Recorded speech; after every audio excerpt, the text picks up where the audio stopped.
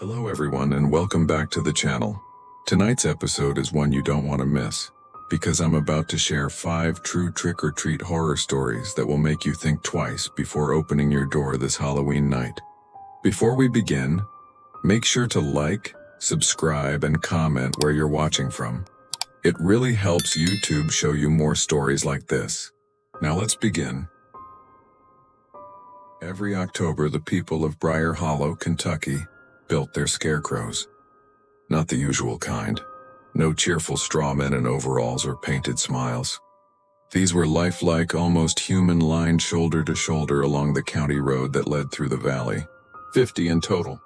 Always 50. Each one wore a different set of donated clothes. Each one had a carved wooden face, blank except for small black button eyes. And every year on October 31st, the town gathered to light lanterns at their feet and whisper the same phrase. Keep them down.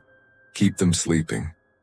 No one in Briar Hollow talked about where the tradition came from, but everyone followed it. Even Sheriff Caleb Dorsey, who didn't believe in anything except evidence, found himself lighting his lantern every Halloween, just in case. In 2023, a new family moved into town.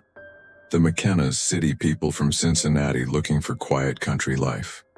They bought the old Miller property at the edge of the hollow, right where the scarecrow line ended. Their teenage son Tyler didn't believe the locals' warnings about the old ways. He called the scarecrows voodoo hay dolls. He filmed them on his phone, laughing as he poked at their stiff arms and joked about starting a TikTok trend. 2 days before Halloween, the sheriff got a call from Mrs. McKenna. Tyler was missing. Dorsey drove out to the Miller place that night. The fog was thick, so thick his headlights turned it into a glowing wall. The scarecrows stood on either side of the gravel drive, faces half hidden in the mist. Their button eyes caught the light like beads of glass.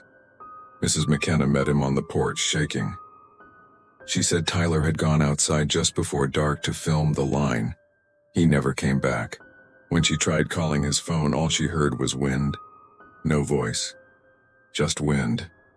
Dorsey took his flashlight and followed the dirt path past the last mailbox. He found Tyler's bike in the ditch. The phone was still mounted to the handlebars, camera recording. He hit play. The video was shaky, dark. Tyler was laughing, panning across the scarecrows.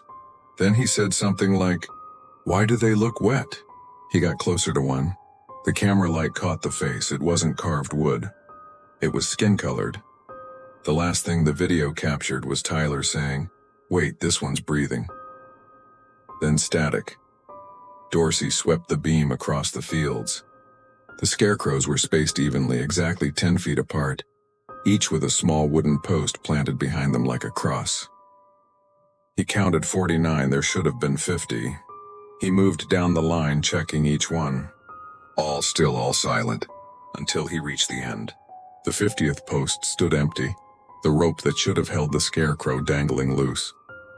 In the grass below it, a pile of straw was scattered, and something else. Clumps of hair.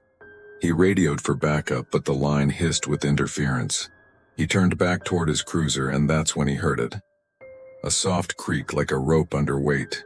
He spun, flashlight sweeping the fog. One of the scarecrows, 3 rows down, was moving. Not swinging in the breeze, twitching. The button eyes turned toward him, catching the light just right to glint like pupils. The jaw opened with a dry pop, and something like air or breath escaped from its mouth.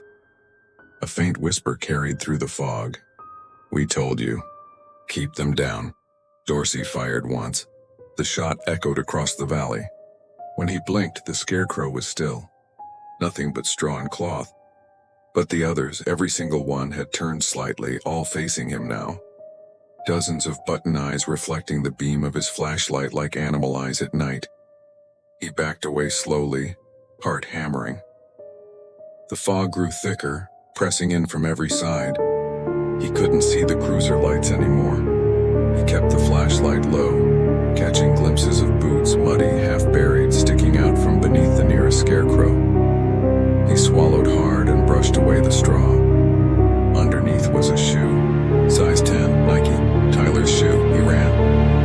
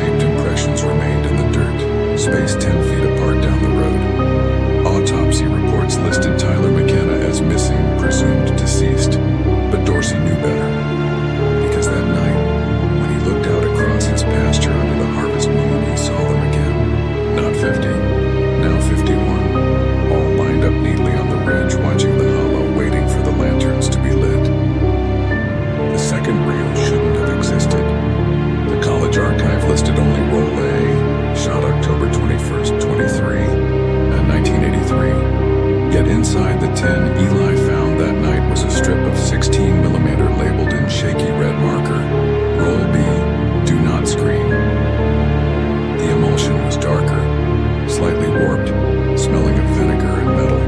A splice repair ran down the leader sealed with yellowed tape stamped WRCC Media Lab, the same lab that burned in 1984. Lydia insisted they digitize it properly, not project it. She borrowed a telescene scanner from the university and set up in the basement archive away from fluorescent light.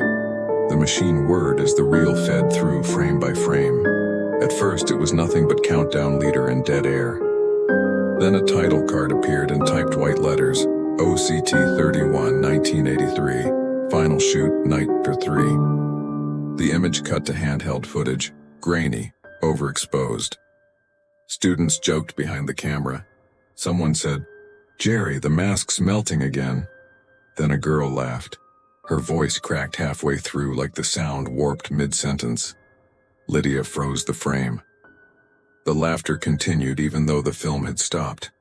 It came from inside the scanner. "Feedback loop," Eli said. But his throat was dry. When she advanced a few more frames, the audio bled into something else. A low, rhythmic thud perfectly timed with the sprocket clicks. Heartbeat tempo. At minute 0412, the camera faced a barn door. Someone behind the lens whispered, "Rolling. Action." The door opened on total blackness. Then for 2 frames, something flickered. A face, stitched burlap, eyes reflective. Not the actor's mask from Roll A. This one looked wet. The thread glistened. The holes blinked. Eli slowed playback to 12 FPS. Between those frames, something impossible appeared.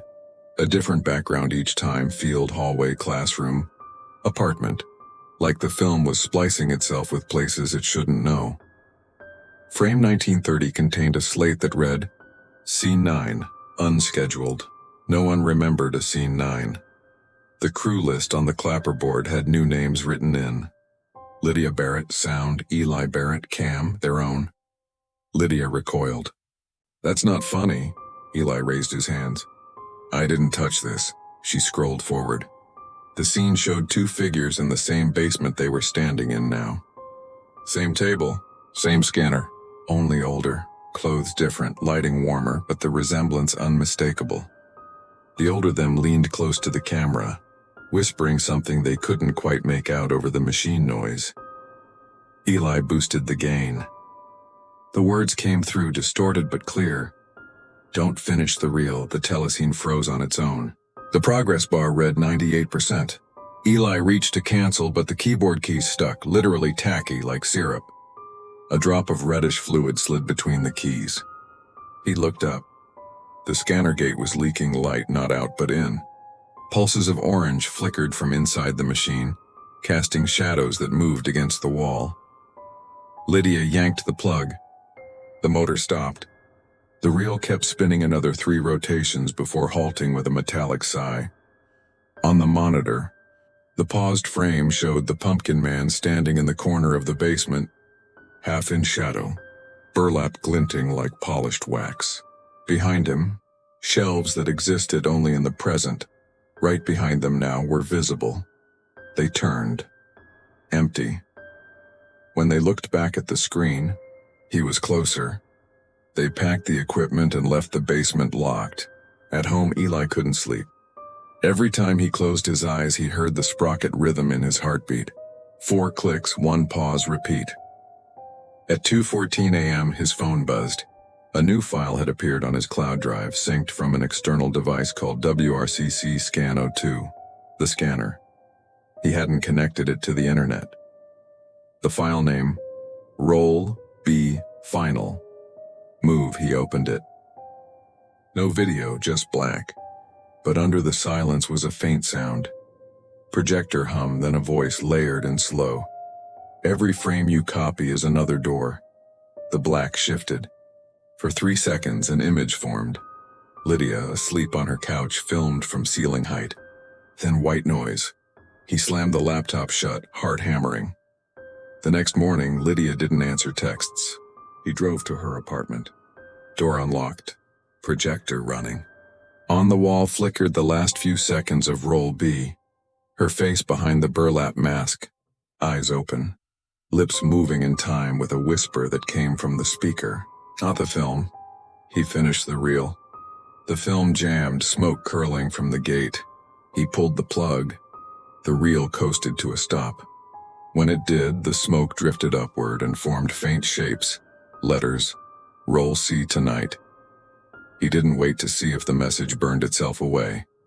He grabbed the tin, sealed it tight with duct tape, and buried it behind the communications building under 6 inches of frost-hard soil. Then he drove until sunrise, radio off, silence absolute. But at the next gas station, the cashier stared at him strangely. "You been filming something?" he asked. Eli frowned. The man pointed to his neck. A faint red line ran from ear to collarbone, the mark of thick thread. The file appeared online 2 weeks after Eli vanished. No upload credit, no metadata. Just a 47-minute video titled Roll C HD Transfer, posted to a private horror film subreddit. Within 6 hours it had 14,000 views. Within 12 it was gone. But the mirrors kept multiplying. The video opened on black leader, then the faint scrape of film through a projector. Even though the image was digital, a title burned into frame. The Pumpkin Man, Remaster 2023.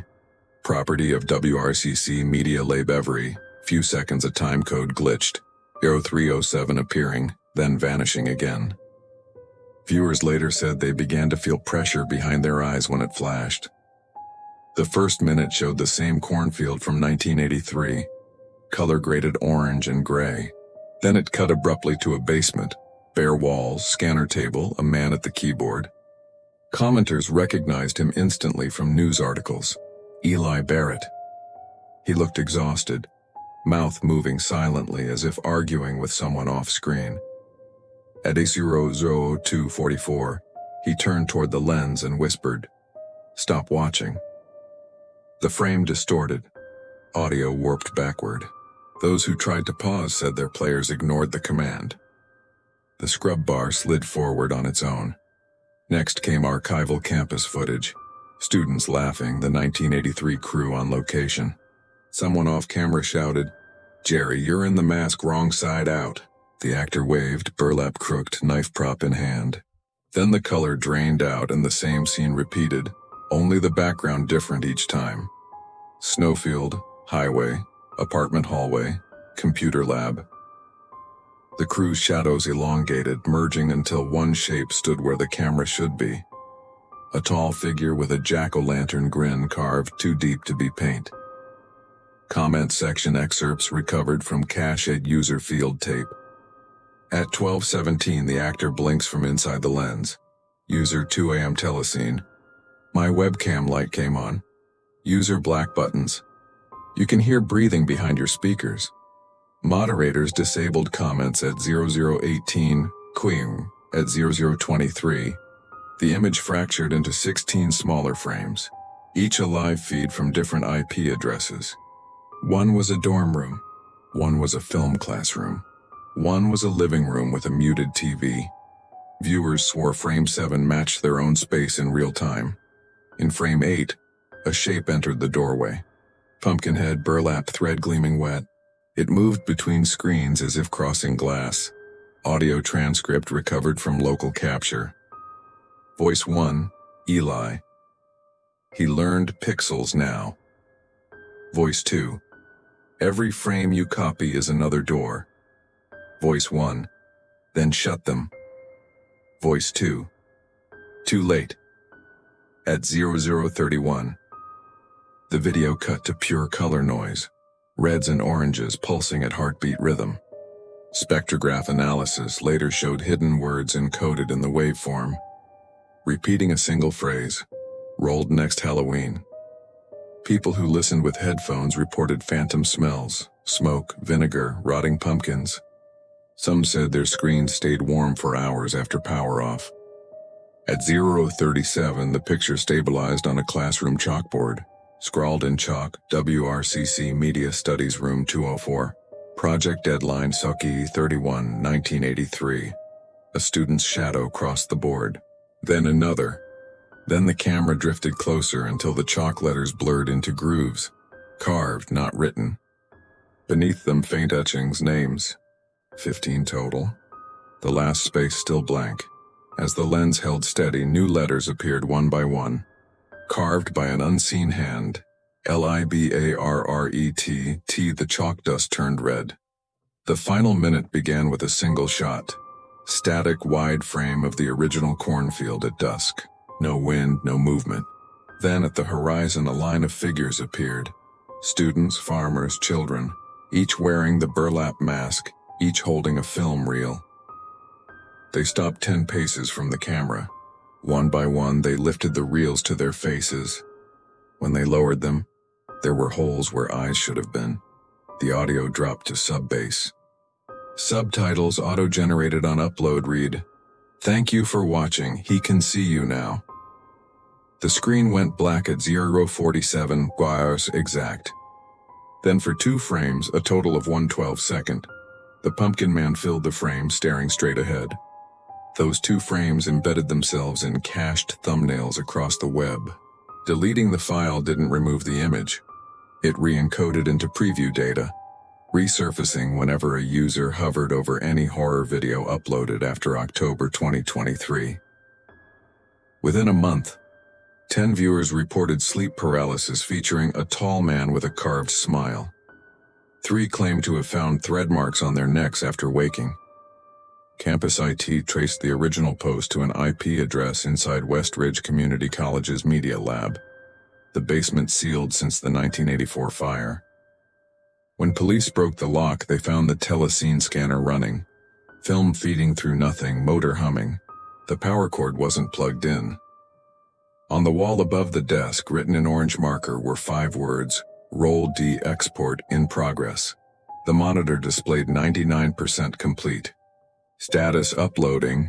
At 3:07 a.m., the progress bar reached 100%. The screen went dark. And across the county, every digital billboard flickered for 1 frame. A jack-o'-lantern grin too wide for any mask. The file was never found again. But each Halloween since, streaming platforms report a short untitled clip appearing for 60 seconds in random cues.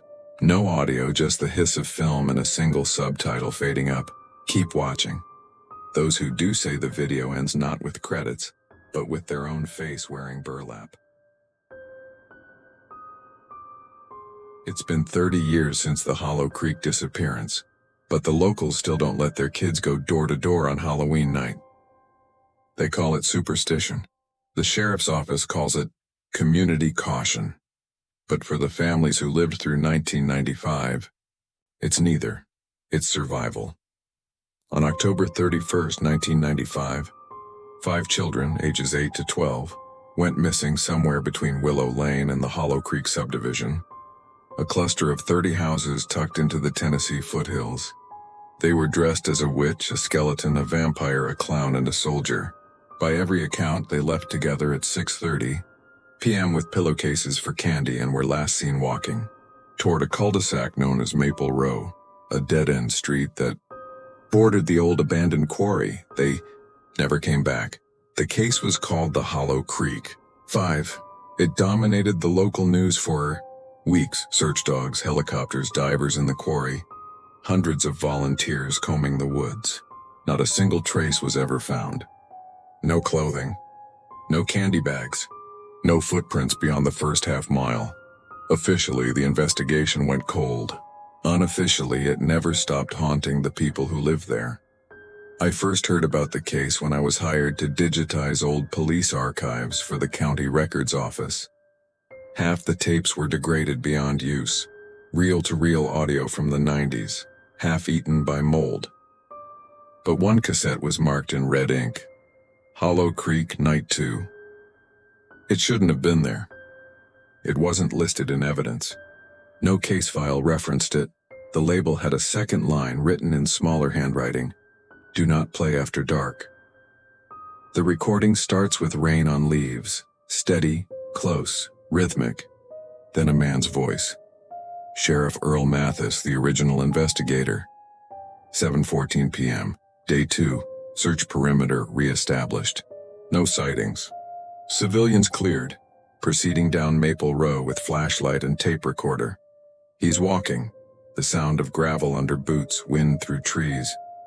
Then he stops. Christ, what the hell is that? A pause, footsteps approach. You can hear a metallic scrape like something dragging along the pavement.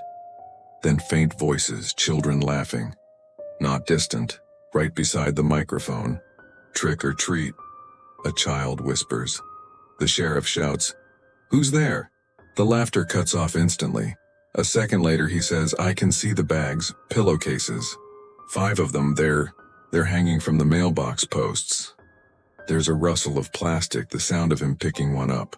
Then he says something that still gives me chills every time I hear it. "They're full of candy, but it's all melted. It's warm." The tape clicks. Silence for 10 seconds. Then a new voice, soft, feminine, right against the mic. "Don't take it out of the bags." Mathis gasps, fumbles. The recorder drops. For a moment all you hear is rain hitting metal. Then a child's voice again, whispering almost kindly, "It's not for you." The recording ends. I brought the tape to the sheriff's office, expecting surprise. Instead, they looked at me like I'd confessed to a crime. Deputy Alton, the records liaison, said quietly, "You weren't supposed to find that." When I asked why, he said, "Because what's on that tape happened again, and again. And every time we look for it, it happens one more time." Then he leaned in, his face pale in the fluorescent light.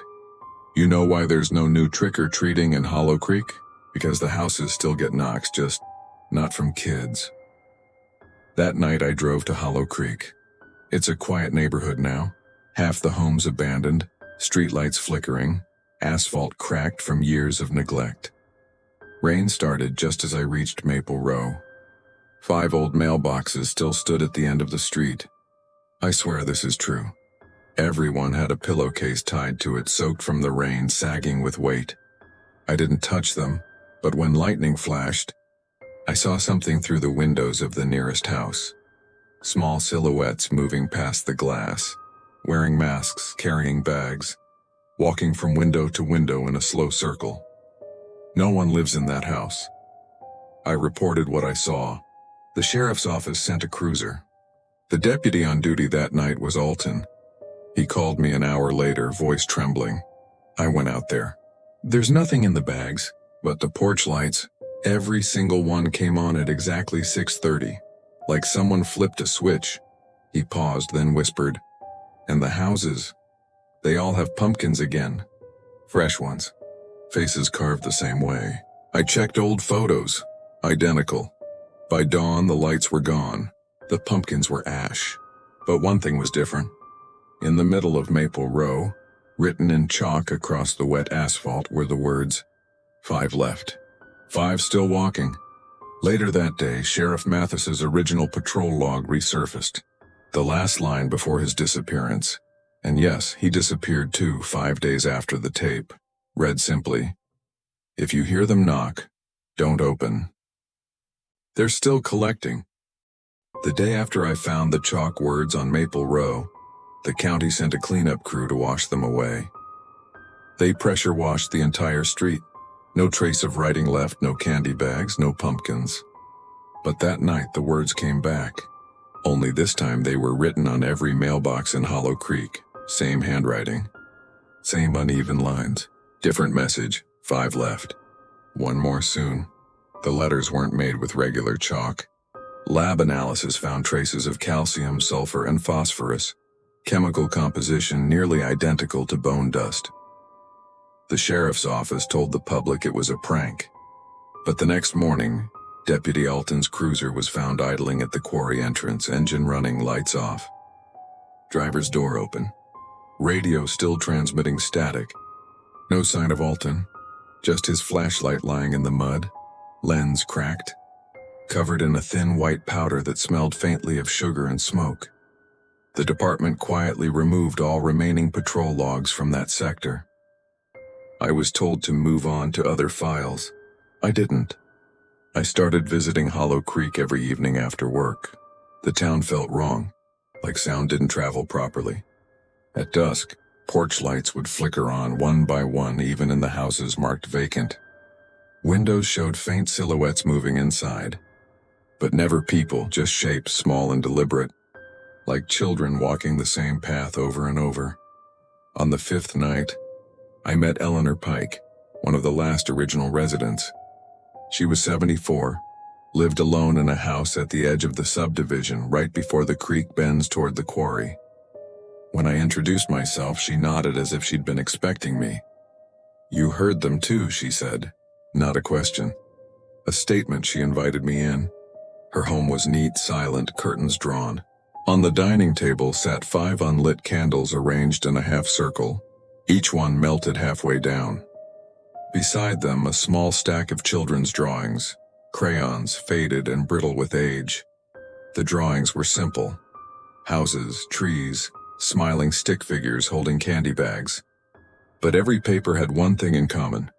In the background behind the children stood a tall figure in black, faceless, holding what looked like a lantern carved from a pumpkin. Eleanor noticed me staring. "They called him the Watcher," she said softly. "He was supposed to make sure the children got home safe." I asked where she'd heard that. She smiled sadly. "They told me. At first I thought she meant her kids. But Eleanor never had any." She pointed toward the window instead. "They come to my porch every year. Knock 3 times. Same time, same night. They don't want candy, they just want me to listen." I asked what they said. Her eyes unfocused. "They ask about the others.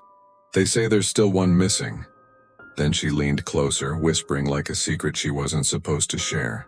"They left messages in chalk before they vanished. You know why it doesn't wash away? Because it's not written on the road. It's written through it." Before I could ask what she meant, a soft tap echoed from the porch. 3 knocks. Eleanor didn't flinch. She just whispered, "Right on time." She motioned for me to stay quiet. The house went still. The air smelled faintly like wet leaves and burnt sugar. Then came the sound I'll never forget. Small footsteps moving along the porch, bare feet dragging against wood, slow and patient. A child's voice followed, muffled through the door. "Trick or treat." Eleanor's lips trembled. Her whisper was barely audible. "Don't open it. They can't come in unless you open it." The voice spoke again, closer this time, like it was leaning against the wood. We brought one back. Something thumped against the door. Not a hand. A bag, soft, heavy, sliding down the panel until it hit the floor. Then silence. When I opened the door, against every instinct, I saw it. A small pillowcase sitting on the porch, wet from the rain. Inside were candies, all melted and warm, and at the bottom, wrapped in plastic, was a single photograph. It showed 5 children standing in a semicircle in front of a mailbox. 4 were smiling, their costumes recognizable. The witch, the soldier, the clown, the skeleton. But the 5th, the vampire, was turned away, face blurred, body half faded like a double exposure. Behind them, faint in the shadows, was the same tall figure from Eleanor's drawings. I flipped the photo over. Written on the back in faint pencil were the words, "He's still out there." When I looked up, Eleanor was staring at the doorway. Her eyes wide, expression fixed in horror. "Do you see them?" she whispered. At first I saw nothing, just the yard, the streetlight, the empty road. Then my flashlight beam caught them. 5 children standing in the rain, motionless, faces pale beneath ruined masks. Each held a pillowcase in one hand and a piece of chalk in the other. When I stepped closer, the smallest one, maybe 8 years old, raised his arm and began writing on the wet sidewalk. The chalk didn't smear. The letters burned white, glowing through the rain. 4 words, "One more this year." I turned to tell Eleanor to call the sheriff. She was gone. Her front door swung open, wind blowing through an empty hallway. The candles on her table had all burned down to stubs, and on the wall above them, drawn in that same glowing chalk, was a crude outline of a house. Mine. A single stick figure stood at the door holding a bag. Below it, in childlike scrawl, "Next." I didn't go back to Hollow Creek for a week. Every night I saw the same image in my mind. The chalk house on Eleanor's wall. The little stick figure standing at the door, waiting.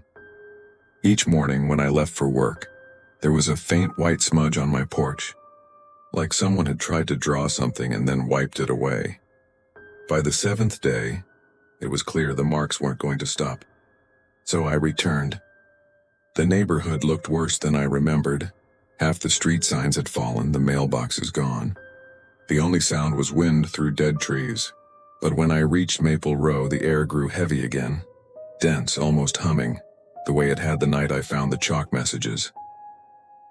The 5 pillowcases were back on the posts. They looked new this time, clean, crisp, tied perfectly. Each one had a small candle burning inside. The flame steady even in the wind. I counted them. 5. But as I watched, a 6th candle flickered to life in the middle of the road. I followed the light to the old quarry path, flashlight cutting through fog. The air smelled faintly of sugar and rot again. And somewhere ahead, children were laughing, soft, rhythmic, looping like a recording stuck on replay. At the end of the path, the creek had flooded part of the trail. A figure stood across the water, a tall man-shaped shadow holding a lantern carved from a pumpkin, its grin faintly glowing. I froze. The flame inside his lantern didn't flicker like fire. It pulsed, in time with the sound of the laughter. "You shouldn't have come back," the voice said. It wasn't deep. It was layered, as though several people were speaking at once, each slightly out of sync.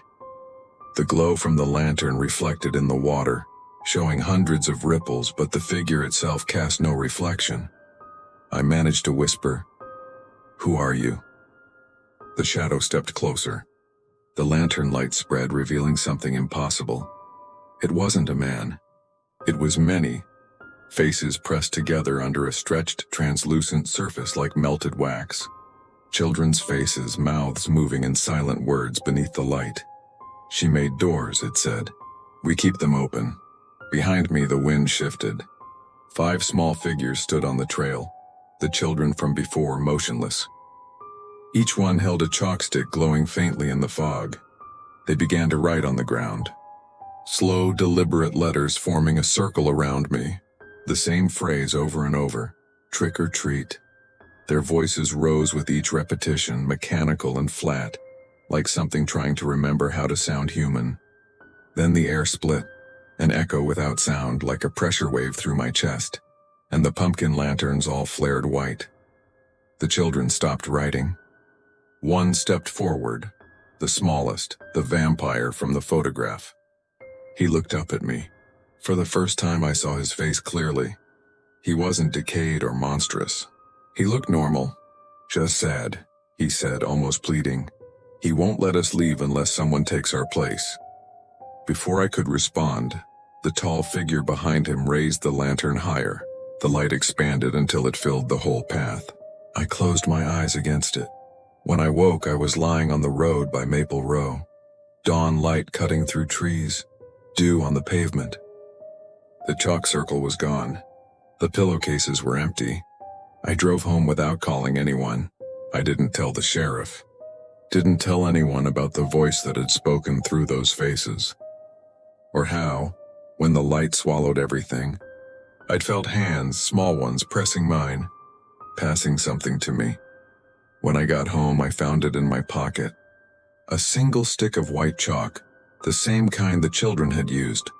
That night, at exactly 6:30 p.m., there was a knock on my door. 3 soft taps. Then a child's voice muffled through the wood. "Trick or treat." I didn't move, didn't breathe. But my porch light turned on by itself. The chalk in my pocket grew warm. Then faintly I heard footsteps, 5 pairs, walking away down my street. When I finally looked outside, the sidewalk glowed faintly. The same words again, written in fresh white chalk, "Thank you." And next to it, drawn in neat childlike handwriting, was a small lantern, carved pumpkin grin, light still flickering inside. 3 weeks later, Hollow Creek was fenced off completely. EPA cleanup, they said. Hazardous soil from the quarry. The official statement read, area closed until further notice. But every Halloween since, people driving that highway say the same thing. That if you pass the turnoff around 6:30, you'll see 5 small lights in the trees moving in a perfect line toward the water.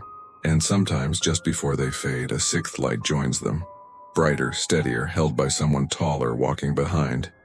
No one ever gets a clear look at the face.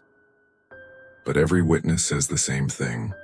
The light from that lantern is white, not orange, and if you roll your window down, you'll hear children whispering through the static of the radio. One more soon. That was the last file I ever worked on. My contract ended quietly. No one asked me to come back. The tape labeled Night 2 vanished from evidence. And every Halloween, a small bag of melted candy appears on my doorstep. I don't touch it. I don't open the door.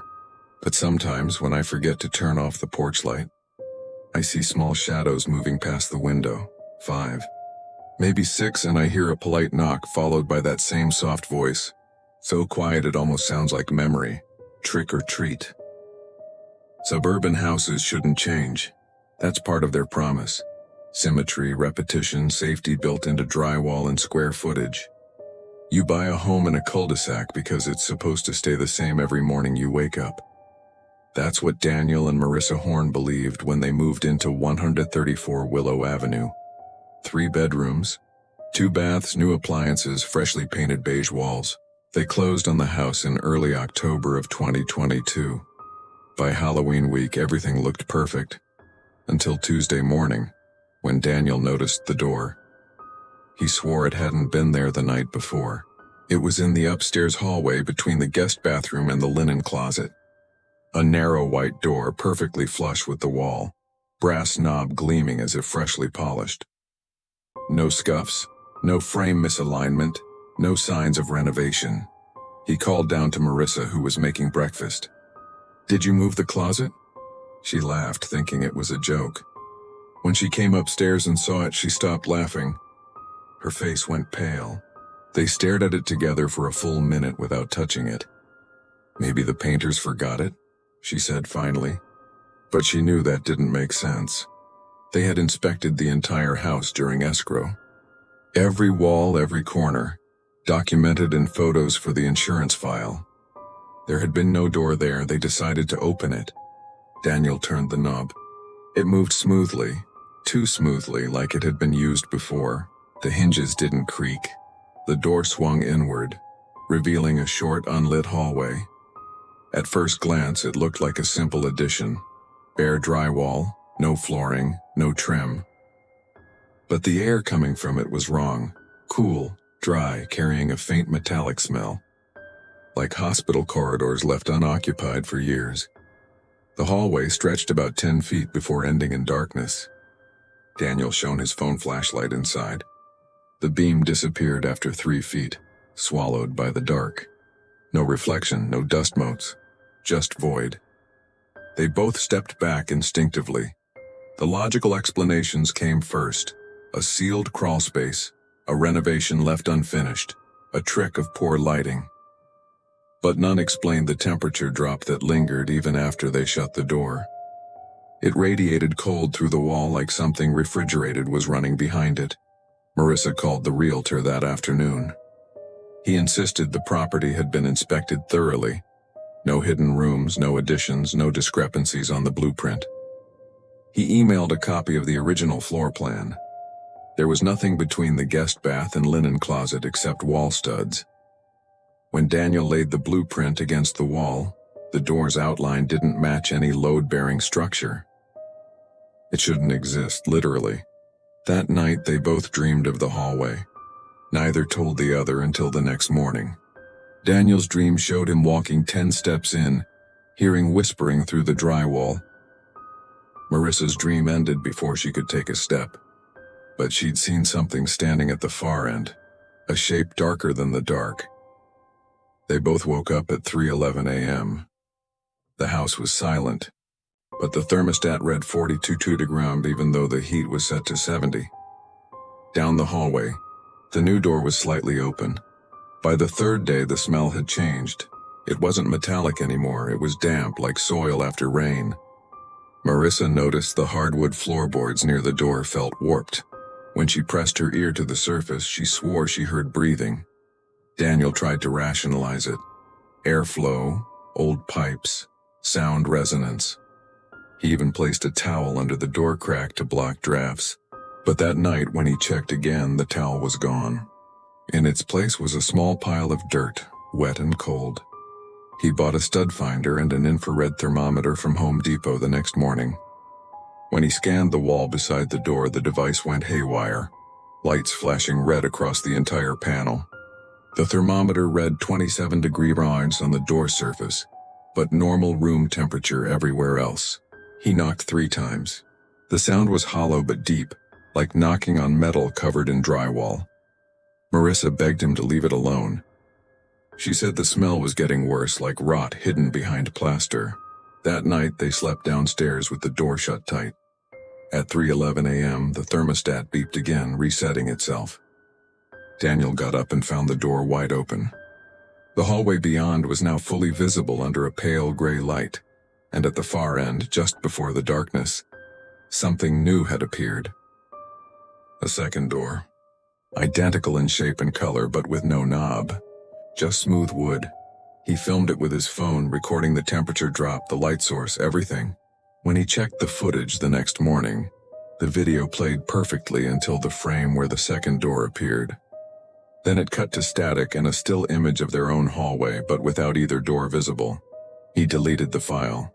Not because he was scared of what he saw, but because when he played the audio separately, he heard 2 distinct voices whispering just before the video cut off. One male, one female. They said in perfect unison, "We like it here." Daniel called a contractor to inspect the structure. The earliest appointment he could get was Friday morning. Until then, they agreed to seal the door with duct tape and furniture. They pushed a heavy dresser in front of it, stacked boxes on top, and left the hall light on overnight. When they woke the next day, the boxes were untouched, but the dresser had moved. Not far, just enough to expose the door again, and on the surface of the white paint, traced faintly in condensation, were 2 handprints. Child-sized. The contractor's name was Ben Coulter, a retired structural engineer who'd worked in property restoration for 30 years. He arrived Friday morning with a toolkit, an endoscope camera, and a calm confidence Daniel found comforting. Ben had seen it all: flood damage, black mold, even homes built over old mine shafts. But when Daniel showed him the hallway upstairs, that confidence faltered. "Where'd you say this was on the floor plan?" "It's not," Daniel said. Ben traced the outline of the first door with his fingers, then rapped it with his knuckles. The sound was neither hollow nor solid. It vibrated faintly, like there was an air pocket behind dense material. He set up the endoscope. The lens snaked through the drywall, relaying an image to his tablet. Rough concrete, no insulation, no wiring. Then the feed flickered. Static. When it cleared, the camera was facing what looked like a corridor lined with walls identical to the hallway outside. Same paint, same trim, same lighting. Ben froze. "That's impossible," he muttered. "The camera's only 6 inches in." They decided to open a small section of the wall beside the frame. Ben sawed a square cutout, removed the drywall, and shone his flashlight through. There was no stud, just empty space extending far beyond the depth of the wall. The light seemed to fall endlessly, like shining into a mirror angled into darkness. Ben stuck his hand inside. The temperature dropped instantly. He pulled it back with a start, his fingertips pale, almost frostbitten. Daniel said nothing, but he noticed Ben's hand was trembling. "What's in there?" Ben stared at the hole for a long time. Then he said quietly, "Something that's not supposed to be." Marissa watched from the stairs, arms crossed tight. She hated every second of this. When Ben asked if he could open the door itself, She refused. "We already did that once." Ben promised it was just to inspect airflow. He turned the knob and eased the door open. The hallway was still there, perfectly still and faintly lit. The second door at the far end was closer now, 5 feet nearer than before. Ben noticed first. "Optical illusion?" he asked. Daniel shook his head. "It's moved." They stood in silence, staring into the unnatural space. Ben finally set his flashlight on the floor to mark distance and stepped inside. He took 10 measured steps, then another. His silhouette grew smaller, swallowed by the pale light. When he reached the second door, he stopped and turned back. "You see this?" he called. His voice echoed faintly, one echo too many, like multiple spaces overlapping. Daniel nodded. Then suddenly the light from Ben's flashlight flickered and went out. The hallway darkened. Daniel called his name. No answer, just the sound of breathing, not Ben's deep, steady rhythm, but something shallower, faster, like imitating breath rather than drawing it. Then came a single sound from the dark, a knock. One heavy, deliberate knock on the inside of the second door. Daniel ran forward before Marissa could stop him. He took 3 steps into the hallway and nearly fell. The floor dipped downward like a ramp, much steeper than it looked from the threshold. He caught his balance and shone his phone light ahead. The second door was gone. So was Ben. He called out again. His voice bounced back distorted, delayed, as if the hallway were larger than the house itself. When he turned around, the doorway to the bedroom hallway was much farther away than before. He sprinted back and barely reached it before the temperature plummeted. He slammed the door shut, locking it out of instinct. Marissa found him on the floor, shaking. He told her what happened, but she didn't believe him until they both heard footsteps inside the wall. Slow, dragging steps pacing behind the drywall between the hallway and the master bedroom. Then a voice. Faint but unmistakable. Ben's voice. "It's bigger in here." They called the police that evening. 2 officers arrived, skeptical but polite. They inspected the wall, confirmed the missing contractor's tools, and filed a report. When one officer opened the door, the hallway was gone. Behind it was ordinary plasterboard and studs, exactly as the blueprint showed. He assumed Daniel had been under stress. But later that night, when Daniel checked again, the door was back, perfectly in place. He recorded video proof this time, continuous footage showing the door reappearing frame by frame as if phased in. When he replayed the clip, the timestamp jumped ahead 7 hours. 3:11 a.m. The next morning, Marissa packed a bag. She said she was going to stay with her sister until Daniel figured out what he was chasing. He didn't stop her. He just stared at the wall, at the faint outline of the second door behind. The first, visible only in certain light angles like a double exposure. He could still hear Ben's voice sometimes calling faintly through the wall, each time more distorted. "It's not a hallway. It's a mouth." That night, Daniel set up a camera to record continuously, aimed straight at the door. At 3:11 a.m., the feed glitched for exactly 43 seconds. When it resumed, the door was wide open again, and on the floor just inside, lit by the hallway's pale light, lay Ben's tool bag, still damp, still cold, and dusted with something that looked like drywall dust mixed with fine ash. For 3 nights, Daniel watched the footage. Each time at exactly 3:11 a.m., the door opened. Always the same, always silent, and always closing itself again at 3:16. He couldn't stop thinking about what Ben had said before disappearing. "It's not a hallway. It's a mouth." By the 4th night, sleep wasn't possible. He had dark circles under his eyes, hands shaking from coffee and dread. Marissa hadn't called once. The police never followed up. It was like everyone wanted to pretend none of it existed, So Daniel made a decision. If no one else would believe him, he'd prove it himself. He prepared like a man going into a cave. Headlamp, body camera, paracord line tied to the banister outside the door. He tested the line's tension 3 times before recording his intro on the phone. October 30th, 11:50 p.m. Entering the unknown hallway. Temperature 43 degrees, no airflow. Objective, locate contractor Ben Coulter. He opened the door. The hallway looked shorter again, 7 feet this time, ending in that familiar gray glow. But as he stepped forward, the paracord slackened. Not because it broke, but because it kept unspooling far longer than 7 feet should allow. At 20 feet, he looked back. The entrance was still visible but distorted, like viewed through water. At 40, it was gone. The walls pulsed faintly. Not visually, but audibly. The drywall expanding and contracting with low vibration. He pressed his hand against it. It was warm. Alive. He followed the paracord until he reached a wide archway. Beyond it lay a room, roughly the same size as their entire second floor.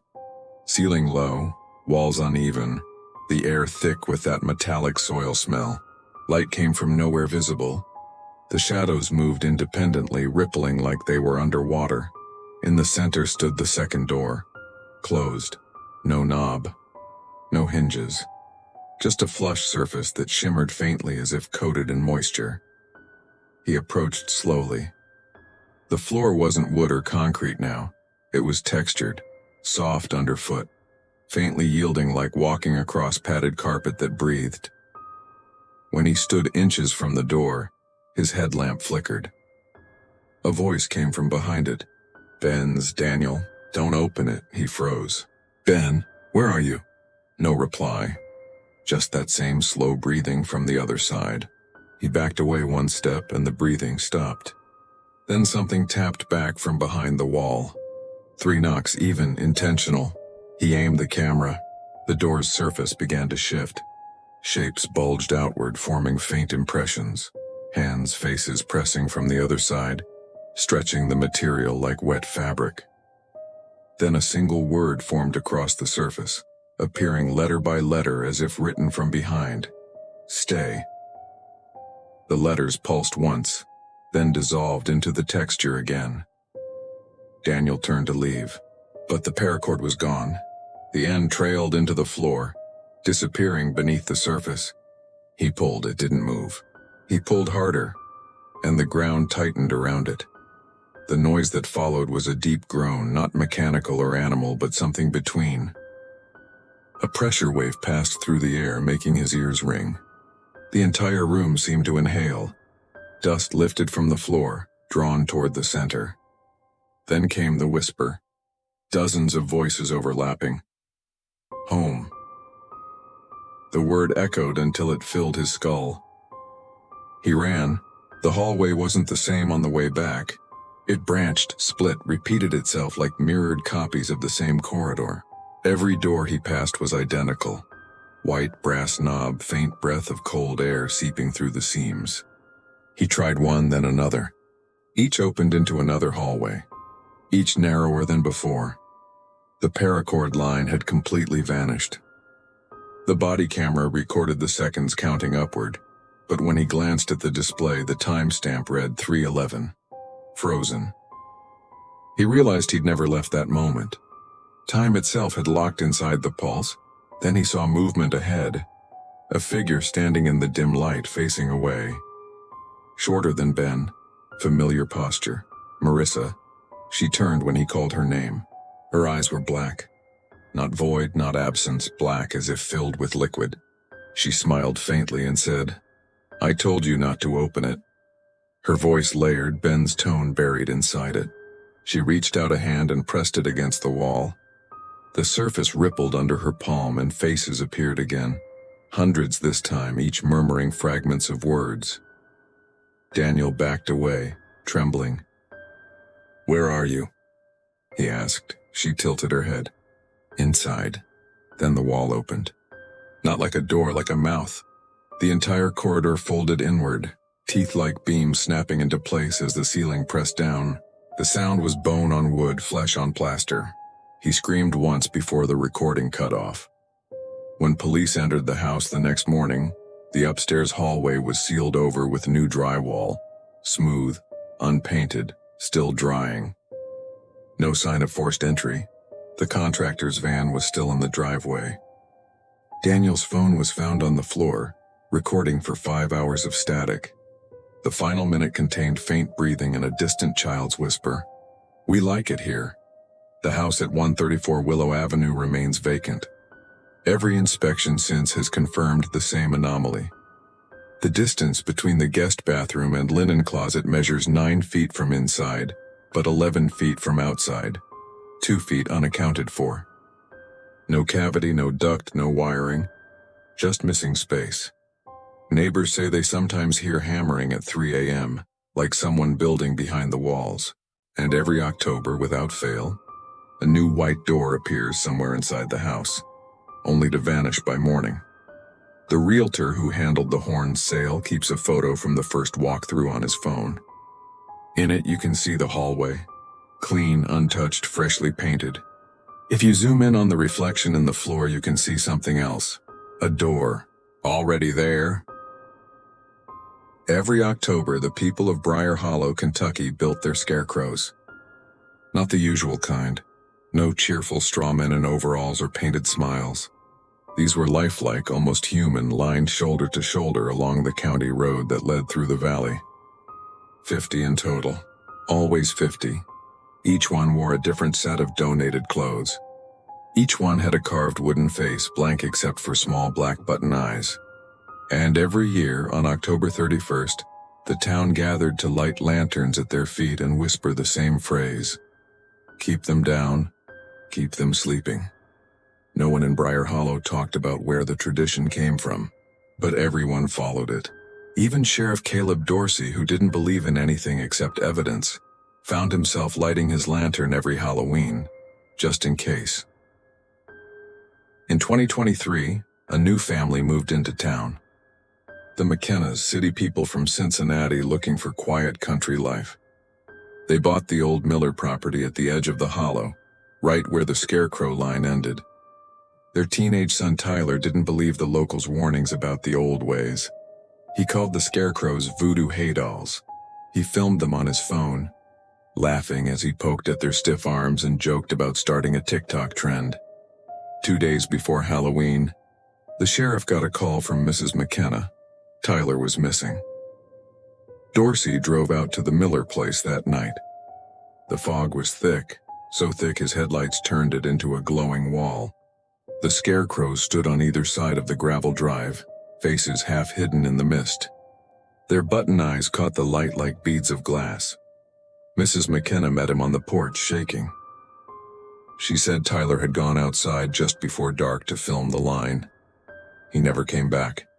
When she tried calling his phone, all she heard was wind. No voice. Just wind. Dorsey took his flashlight and followed the dirt path past the last mailbox. He found Tyler's bike in the ditch. The phone was still mounted to the handlebars, camera recording. He hit play. The video was shaky, dark. Tyler was laughing, panning across the scarecrows. Then he said something like, "Why do they look wet?" He got closer to one. The camera light caught the face. It wasn't carved wood. It was skin-colored. The last thing the video captured was Tyler saying, "Oh, wait, this one's breathing." Then static. Dorsey swept the beam across the fields. The scarecrows were spaced evenly, exactly 10 feet apart, each with a small wooden post planted behind them like a cross. He counted 49. There should have been 50. He moved down the line, checking each one. All still, all silent. Until he reached the end. The 50th post stood empty, the rope that should have held the scarecrow dangling loose.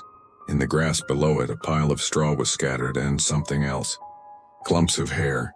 He radioed for backup, but the line hissed with interference. He turned back toward his cruiser, and that's when he heard it.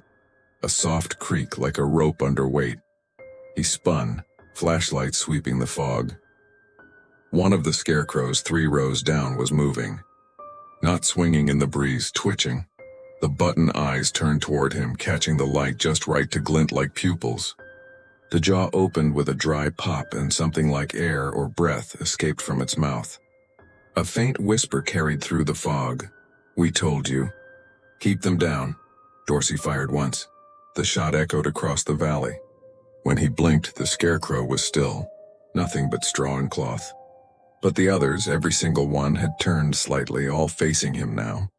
Dozens of button eyes reflecting the beam of his flashlight like animal eyes at night. He backed away slowly, heart hammering. The fog grew thicker, pressing in from every side. He couldn't see the cruiser lights anymore. He kept the flashlight low, catching glimpses of boots, muddy, half-buried, sticking out from beneath the nearest scarecrow. He swallowed hard and brushed away the straw. Underneath was a shoe. Size 10 Nike, Tyler's shoe. He ran. Didn't stop until the first porch light of the hollow appeared through the mist. By morning, the scarecrows stood perfectly still again. All 50 were back in place. The missing one had returned. Its shirt was new. Its face was pale and the black buttons looked freshly sewn. Mrs. McKenna identified the shoes. They belonged to her son. The sheriff called in state police, but by the time they arrived, the scarecrows were gone. Every last one. Only deep human-shaped impressions remained in the dirt, spaced 10 feet apart down the road.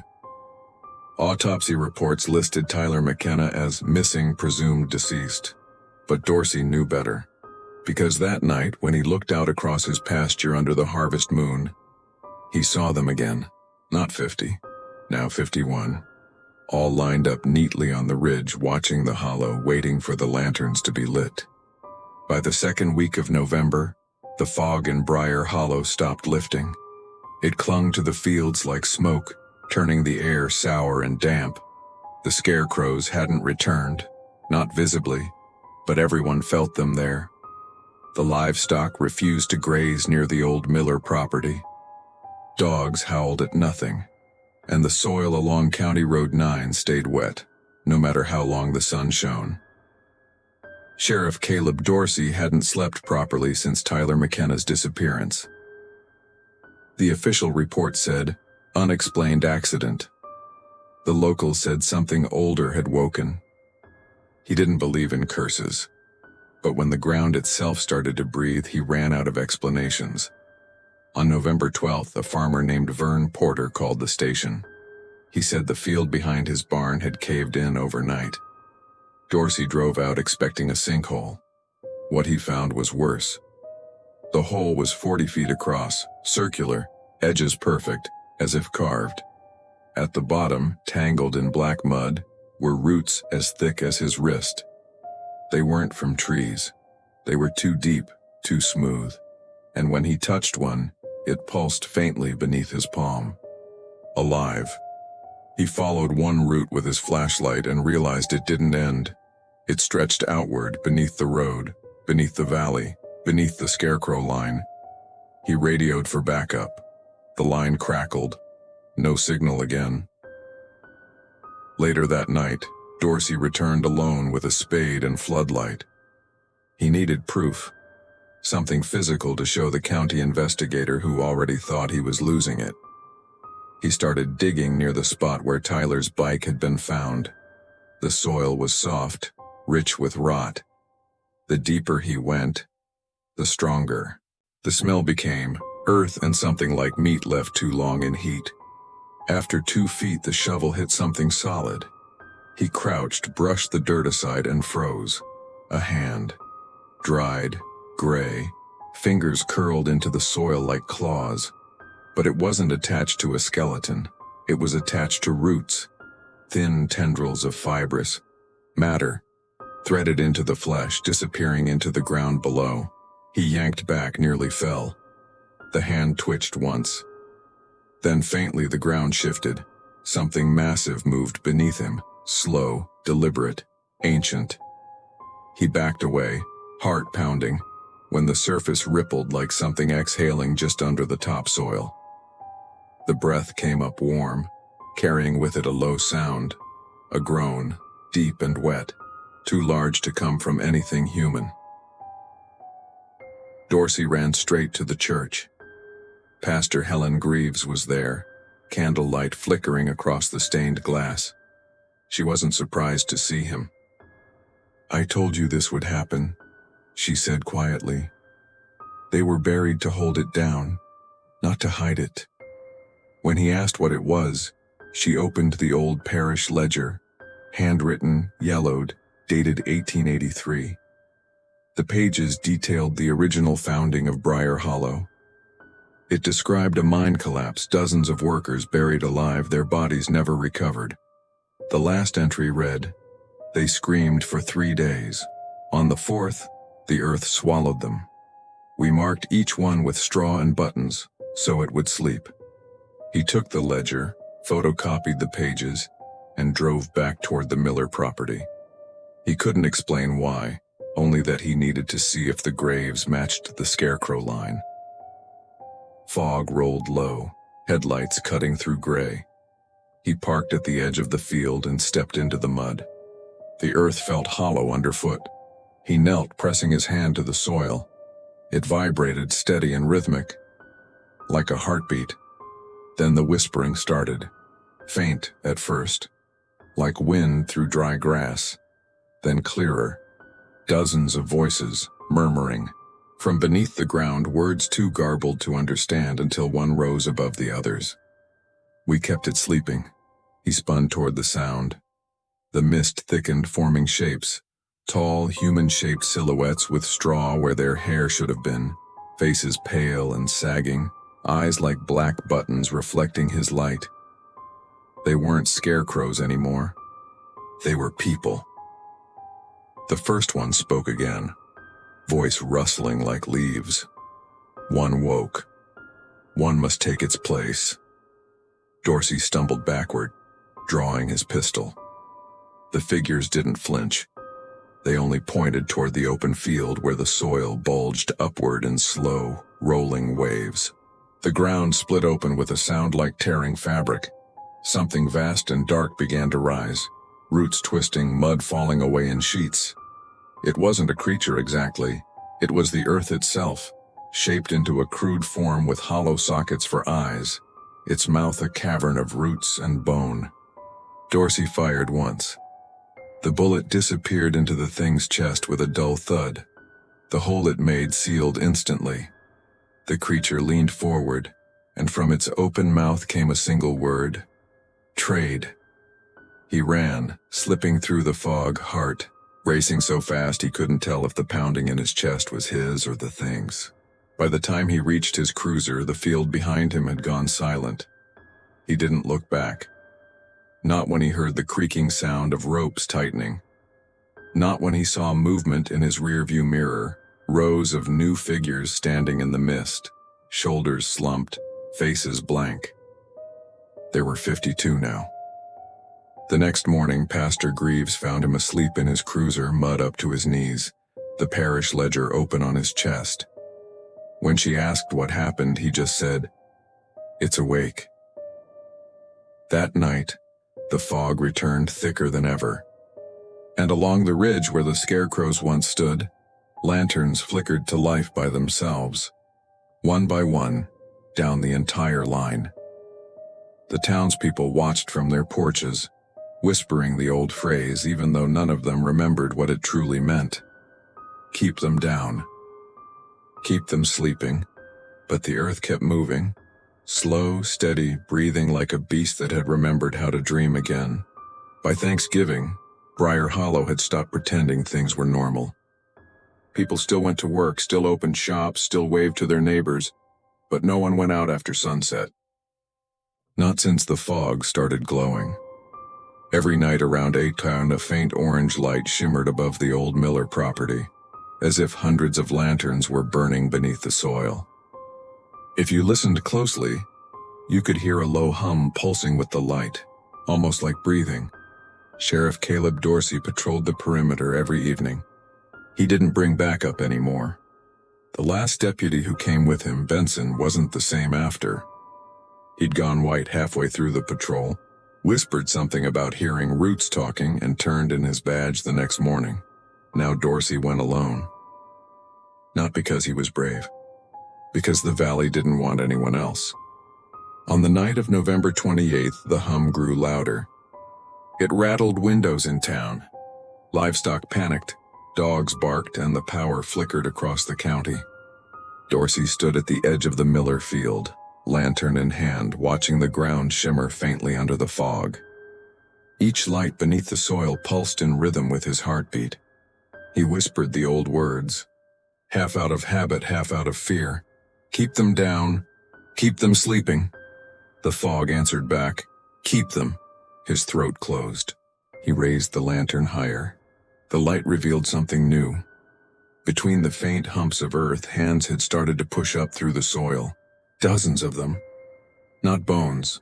Fresh, pale flesh moving with slow, deliberate motion. Each one grasped the air for a moment before sinking back down, as though something beneath was stirring and testing its strength. He dropped to his knees, trembling, whispering to no one, "What do you want?" The answer came in 100 voices, rising from the ground like steam. A keeper. A promise. A trade. He staggered backward until his heel hit something solid. A scarecrow. But there shouldn't have been any left. This one was new, stitched together with mismatched clothing, its face half-finished, button eyes missing. It stood on a post still slick with sap as if freshly cut, and around its neck hung a wooden tag. He lifted it with shaking hands. Caleb Dorsey. He dropped the tag. Behind him, the soil heaved again, a long bulge snaking beneath the fog toward the town. Whatever was buried was no longer content with its line of scarecrows. It was spreading. He ran to the church. Pastor Helen Greaves was waiting with 2 parish lanterns and a shovel. "I saw it in the glass," she said, voice trembling. "All 52 are lit again. We only have one left unlit. Yours." She handed him the final lantern, an old iron one, its glass blackened from decades of use. Dorsey hesitated. He remembered the phrase from the ledger, the one she'd shown him weeks before. 50 for the buried, 1 for the keeper. He realized what she'd meant. Someone had to stay. They drove out to the field together, the fog parting around the truck like curtains.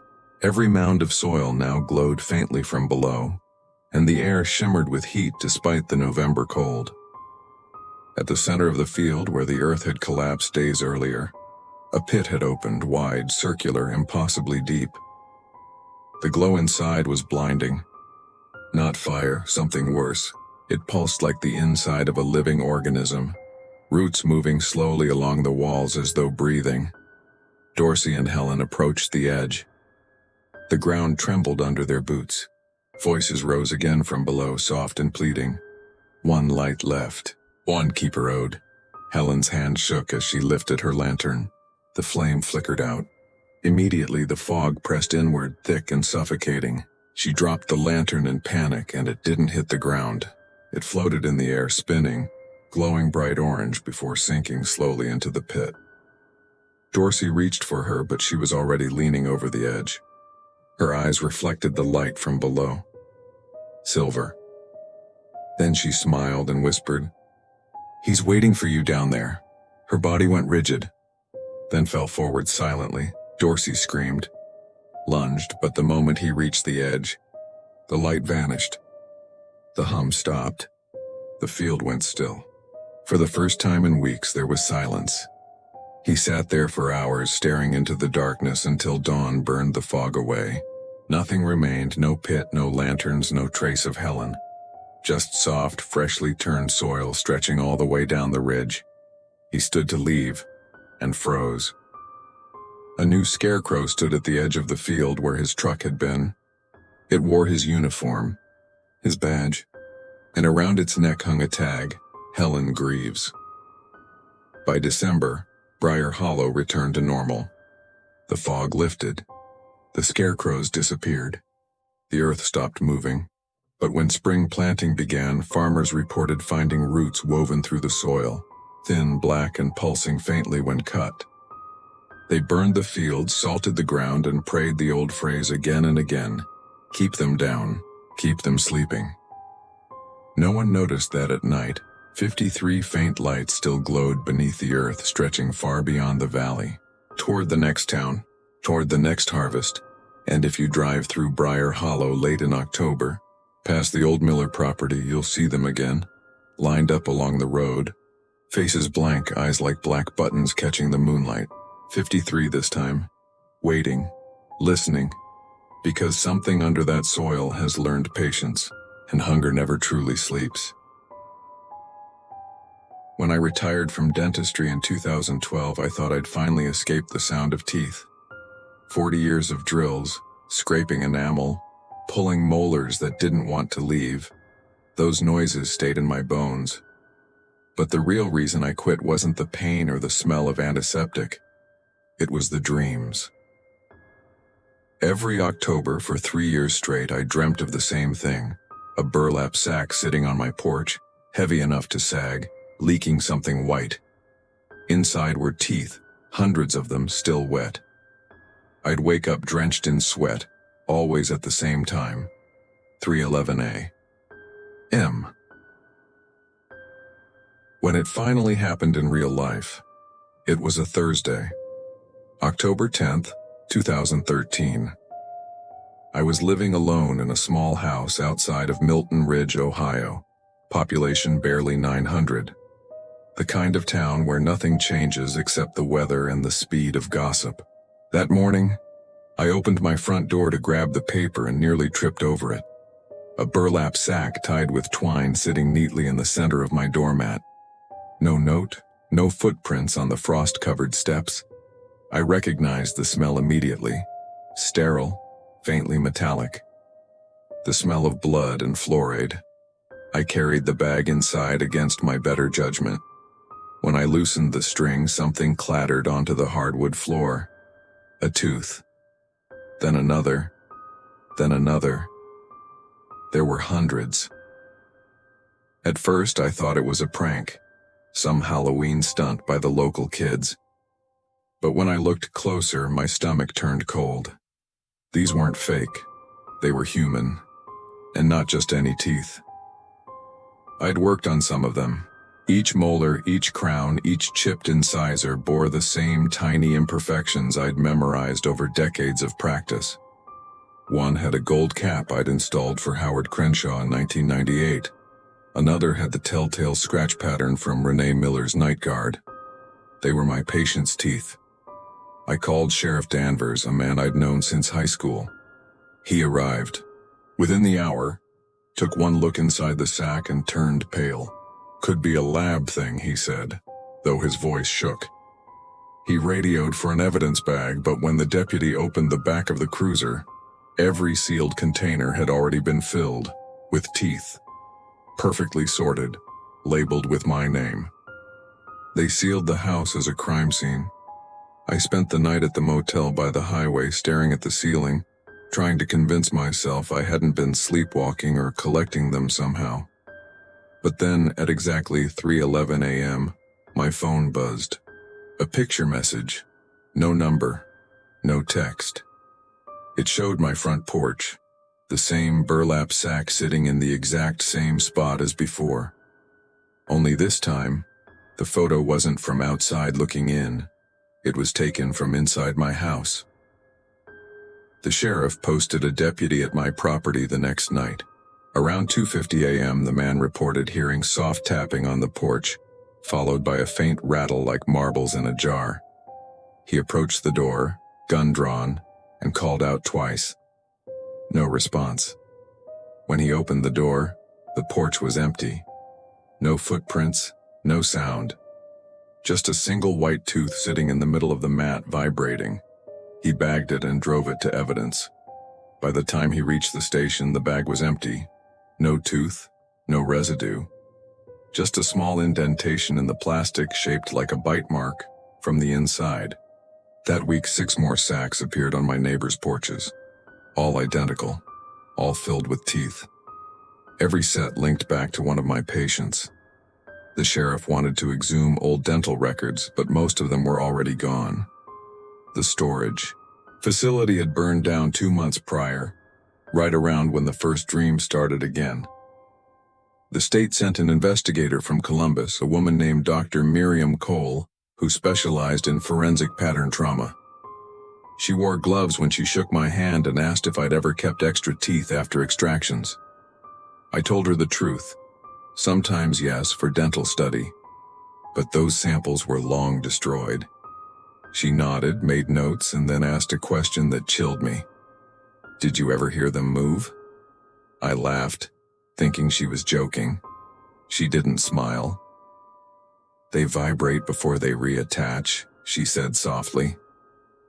Human tissue remembers where it belongs. The next morning, Miriam was gone. Her rental car sat in the motel lot, trunk open, engine off. On the passenger seat was a single envelope addressed to me. Inside was a small glass vial filled with cloudy water and one floating molar. Taped to the cap was a scrap of paper with a handwritten note. They want back what you took. That night, I couldn't sleep. The air in the house felt wrong, heavy, buzzing faintly like a filling near a live wire. Around midnight, I heard a clatter from the kitchen. The burlap sack had slid off the counter by itself. Its string had come undone. The teeth inside were moving, not rolling, crawling, inching toward one another until they clumped into small shapes, clicking together like bones finding sockets. I stumbled backward, tripping over the chair. When I looked up, the pile was gone, but the floorboards beneath me began to creak in a steady, rhythmic pattern. 3 taps, pause, 3 taps, like someone knocking from below. Then came the whisper, low and muffled through the wood. We remember your hands. Sheriff Danvers called me back 2 days later. His voice was tight, careful. We dug one up, he said. One of your old patients. Thought you might want to see? I didn't, but I went anyway. The grave belonged to Howard Crenshaw, the man whose gold crown I'd recognized in the first bag. He'd died in 2019, natural causes. The exhumation was by the book. County approval, forensic team on site. When they lifted the casket lid, the first thing that hit me wasn't the smell. It was the noise. Something inside the skull was humming. The body was mostly decomposed, but the jaw was wrong. It wasn't bone white anymore. It was gray, porous, pulsing faintly as if blood still moved through it, and the gums, what was left of them, had sprouted hundreds of fine white threads, weaving downward into the neck like roots through soil. Dr. Klein, the county coroner, leaned in with tweezers. He touched one of the filaments. It recoiled. They're organic, he said, voice cracking. Keratin, dentin, same structure as teeth, but filamentous. He tugged gently and something clicked beneath the tongue. The jaw shifted and a wet crunch echoed through the coffin. Then the humming stopped. When he lifted the jaw free, we saw what had replaced the missing teeth. Not roots, but buds. Small, rounded, translucent capsules, each with a tooth growing inside. They were regrowing themselves. Klein sealed the jaw in a biohazard container. By evening, it had shattered the lid. The next morning, the fragments were gone. The same day, Danvers's deputy, Carl, went missing. He'd been assigned to guard the cemetery overnight. When they found him the next morning, he was lying on the grass, mouth open, eyes rolled back. Every tooth in his mouth had been removed cleanly, bloodlessly, like they'd unscrewed themselves. The grass around him was flattened in a perfect circle. Soil rippled like something had tunneled just beneath the surface. I started keeping notes again. Clinical, detached like I used to in my patient files. It helped me feel sane. October 18th, 2013, 11:27 p.m. Heard knocking under the floorboards again. Identical rhythm, 3 taps, pause, 3 taps. When I knelt down, I swear I could hear chewing beneath the wood. October 19th, 3:11 a.m., dreamt of pulling a tooth. When I woke, one was missing from my own mouth, no blood. Just a smooth hole healed over. The sheriff returned 2 nights later looking 20 years older. He'd lost 2 teeth since the dig. "They're spreading," he said. "Town's getting quiet. People are pulling out their fillings, complaining about something growing behind their molars." He handed me a folder. Photographs from house calls. One showed a woman's gums swollen and white, bulging outward like blisters. Another, a child with what looked like baby teeth erupting backward through his cheek. "They're not just growing," he said. "They're moving." We went back to the cemetery that night, not to dig, but to listen. The soil was warm under our feet. Every few seconds we heard faint clicks, the sound of enamel striking enamel underground. Danvers crouched, pressed his ear to the ground. After a moment he stood up, trembling. "They're not in coffins anymore," he whispered. "They're in the dirt." Then from somewhere beneath us a low grinding noise began. The earth swelled slightly like something shifting closer to the surface. We stepped back. The mound rose, cracked and split. Dozens of small white shapes pushed through the soil, teeth. Hundreds of them. They rolled out like seeds, each leaving a tiny dark hole in the ground. Danvers aimed his flashlight. The holes were still moving. We ran. By the time we reached the truck, the lights flickered and died. I could hear the same sound from my dreams. The soft rattling of hundreds of tiny objects sliding across wood. It was coming from the truck bed. When I opened the tailgate, I froze. Inside lay another burlap sack. New twine, no dust. It hadn't been there minutes earlier. I untied it with shaking hands. Inside wasn't teeth this time. It was roots. Wet, white, and threaded with blood, still twitching. The air smelled like antiseptic and dirt. Beneath them was a single note written on lined paper in what looked like dental chart ink. "Every tooth is a seed." By morning, the sheriff was gone again. His cruiser was found on Route 19, doors open, radio still hissing. In the passenger seat, a file labeled Dental Records. Milton Ridge sat open. Inside, someone had drawn a diagram of a human jaw, but instead of bone, it was filled with roots branching into the skull. In the center of the drawing, one word was written over and over: germination. I tried leaving town that night, but halfway down the highway I started feeling pressure in my jaw. Deep, pulsing like something growing beneath the gums. By the time I reached the city limit sign, the pain stopped. When I touched my face, my lower jaw felt warm. Under my tongue, something small and hard pressed upward. When I spat into my hand, it wasn't a tooth. It was a bud. Tiny, translucent, with the shape of a molar inside. And it was still beating. The pain came back the next night. Not sharp, steady, deep. The kind that feels like it's coming from the bone itself. I didn't tell anyone. There was no one left to tell. Sheriff Danvers was gone, the deputies too. Half the town had emptied out by then. Families driving away in silence, houses left unlocked, curtains still swaying. And every porch I passed had the same thing waiting on it. A small burlap sack. I tried to focus on the science. Dentists don't believe in hauntings. We believe in tissue memory, calcification, trauma. That's what I told myself when I stood in front of the mirror and saw the bulge beneath my jawline. Like an abscess, smooth and round.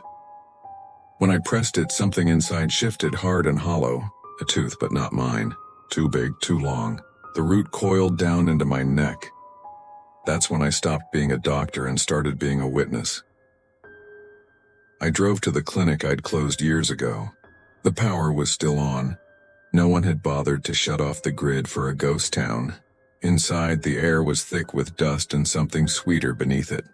The faint tang of enamel dust, like the smell that used to linger after long surgeries. The X-ray machine still worked. I angled the plate under my jaw, held my breath, and pressed the button. The image came out warped with static, but I could still see the outlines. Dozens of foreign roots branching through my jaw, curling around the mandible, connecting to each other in a lattice. They weren't growing inside me. They were using me. The roots stretched downward out of frame into the floor. The tiles beneath the chair were cracked. I pried one loose and found soil underneath, dark, wet, pulsing. When I touched it, I heard faint ticking, like hundreds of teeth chattering together in the dark. A vibration ran up my arm. The fillings in my molars began to buzz. I stumbled back as the dirt moved, rising and falling like a slow heartbeat. Then a shape pushed upward through the soil, a human jawbone, complete and clean. Each socket filled not with teeth but with tiny white buds. They were still growing. I left the clinic and drove toward the old cemetery. The gate was open, swinging softly in the wind. The ground was uneven now, rippled as if something massive had tunneled beneath. In the distance, I saw movement, hundreds of small pale objects scattered across the field, glinting in moonlight. Teeth. Thousands of them. They weren't lying still. They were arranging themselves, rolling into patterns, spiraling inward toward a central mound of soil that rose higher every minute. At the top of that mound, a burlap sack split open, spilling more of them down the sides like seeds pouring from a hand. And through it all, that faint humming. Deep, rhythmic, alive. When I stepped closer, I realized the mound wasn't dirt. It was bone. Dozens of jaws fused together, upside down, teeth outward. A grotesque lattice slowly rotating. Between the gaps, something glowed, soft amber light flickering like fire under translucent skin. I thought it was reflection until it opened its mouth. Hundreds of voices whispered through that single hollow throat. Every root finds its soil. I staggered back, but the ground shifted with me. The entire cemetery was breathing, expanding, contracting. Gravestones tilted as the earth pulled in air. The smell of antiseptic and decay filled the night. Then I saw them, the missing townspeople. Half-buried figures rising from the earth, their jaws unhinged, faces slack. Their mouths were full of new teeth, rows upon rows of them pushing up through lips and cheeks, sprouting like coral. When they breathed, their teeth clicked together in perfect unison. They were the harvest. I ran. Didn't look back until I reached the highway. When I did, Milton Ridge was gone. Not burning, not collapsing, just gone. The field stretched flat where the town had been, soil pale and smooth as porcelain. The only thing left standing was the sign by the road. Someone had scratched 3 new words into it with something sharp.